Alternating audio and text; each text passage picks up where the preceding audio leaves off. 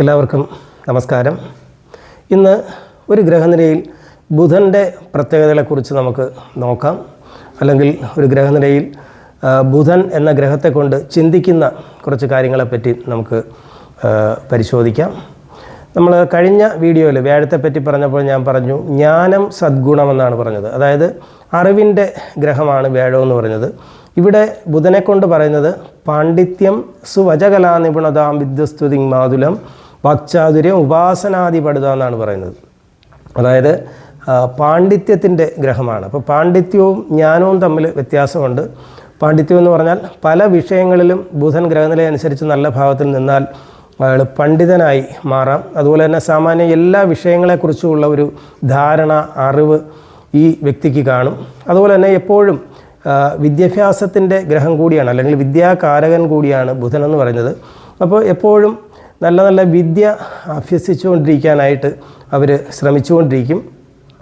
അതുപോലെ തന്നെ വിദ്യാർത്ഥികളെ സംബന്ധിച്ച് ബുധൻ ദോഷസ്ഥാനത്തോട്ട് പോയി കഴിഞ്ഞാൽ വിദ്യാഭ്യാസത്തിൽ മുടക്കം, അലസത എന്നിവയൊക്കെ ഉണ്ടാകാനുള്ള സാധ്യതയുണ്ട്. അതുപോലെ തന്നെ ബുധൻ എന്ന് പറഞ്ഞാൽ എന്താണ്, ഈ പാണ്ഡിത്യത്തിൻ്റെ, അറിവിൻ്റെ, അല്ലെങ്കിൽ അതുപോലെ തന്നെ ഈ കലാപരമായിട്ടുള്ള കാര്യങ്ങളുടെയൊക്കെ സൂചിപ്പിക്കുന്ന ഗ്രഹം കൂടിയാണ് ബുധനെന്ന് പറയുന്നത്.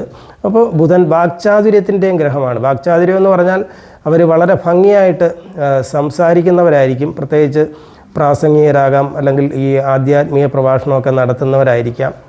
അങ്ങനെയൊക്കെ നല്ല രീതിയിൽ സംസാരിക്കും. അതുപോലെ തന്നെ സംസാരത്തിൽ ഈ ഹാസ്യരസപ്രധാനമായിട്ട് സംസാരിക്കുന്ന വ്യക്തി കൂടിയായിരിക്കും. ബുധൻ്റെ ഒരു പ്രത്യേകതയാണ് തമാശ കലർന്ന സംസാരം എന്ന് പറയുന്നത്. അതുപോലെ തന്നെ ബുധൻ്റെ മറ്റൊരു പ്രത്യേകതയാണ് യുവത്വം.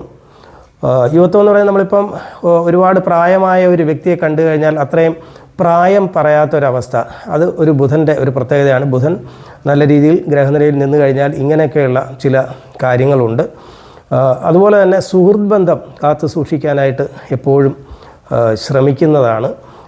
ഞാൻ കഴിഞ്ഞ വീഡിയോയിലൊക്കെ പറഞ്ഞു, സൂര്യൻ രാജാവാണെങ്കിൽ ബുധൻ രാജകുമാരനാണ്. അപ്പോൾ രാജകുമാരനെ സംബന്ധിച്ച് നമുക്കറിയാം, രാജാവിൻ്റെ ഉത്തരവാദിത്വമോ കാര്യങ്ങളോ ഒന്നും രാജകുമാരൻ ഏറ്റെടുക്കില്ല. അതുകൊണ്ട് ബുധനെ സംബന്ധിച്ച് അവർ ഒരു യാത്ര ചെയ്യുന്നതിലൊക്കെ വളരെ സഞ്ചാരശീലമുള്ളവരായിരിക്കും. അവർക്ക് വലിയ വലിയ ഉത്തരവാദിത്തങ്ങൾ ചിലപ്പോൾ ഏറ്റെടുത്തെന്ന് വരില്ല. പക്ഷേ അവർ ചെയ്യുന്ന ഓരോ കാര്യത്തിനും നമ്മൾ കണ്ടു നിന്നു പോകും. അത്രയ്ക്ക് രസകരമായ ഒരു കാര്യങ്ങളായിരിക്കും ഈ ബുധൻ വളരെ നല്ല രീതിയിൽ നിന്നാൽ ആ വ്യക്തികൾ ചെയ്യുന്നത്. അതുപോലെ തന്നെ ബുധൻ എന്ന് പറഞ്ഞാൽ ഒരു കമ്മ്യൂണിക്കേഷൻ പ്ലാനറ്റാണ്. അതായത് ആശയവിനിമയത്തിൻ്റെ ഗ്രഹം കൂടിയാണ്. അപ്പം അതുമായിട്ട് ബന്ധപ്പെട്ട തൊഴിൽ സാധ്യതകളാണ് ബുധനെ കൊണ്ട് നമ്മൾ ചിന്തിക്കുന്നത്. പോസ്റ്റ് ഓഫീസ്, ടെലിഫോൺ എക്സ്ചേഞ്ച്, പത്രമാധ്യമങ്ങൾ, ദൃശ്യമാധ്യമങ്ങൾ, അതുപോലെ അഡ്വക്കേറ്റ്, അതുപോലെ തന്നെ രാഷ്ട്രീയം, അതുപോലെ വിദേശ ബന്ധങ്ങൾ, കമ്പ്യൂട്ടർ, ഇതുപോലുള്ള കാര്യങ്ങളൊക്കെയാണ് ബുധനെ കൊണ്ട് നമ്മൾ തൊഴിൽ സാധ്യതയായിട്ട് ചിന്തിക്കുന്നത്. എന്തായാലും ഒരു ഗ്രഹനിലയിലെ ഏറ്റവും രസകരമായ ഒരു പ്ലാനറ്റാണ് ബുധനെന്ന് പറയുന്നത്. ഇനി അടുത്ത് മറ്റൊരു വീഡിയോ ആയിട്ട് കണ്ടുമുട്ടാമെന്ന് പറഞ്ഞുകൊണ്ട് എല്ലാവർക്കും നമസ്കാരം.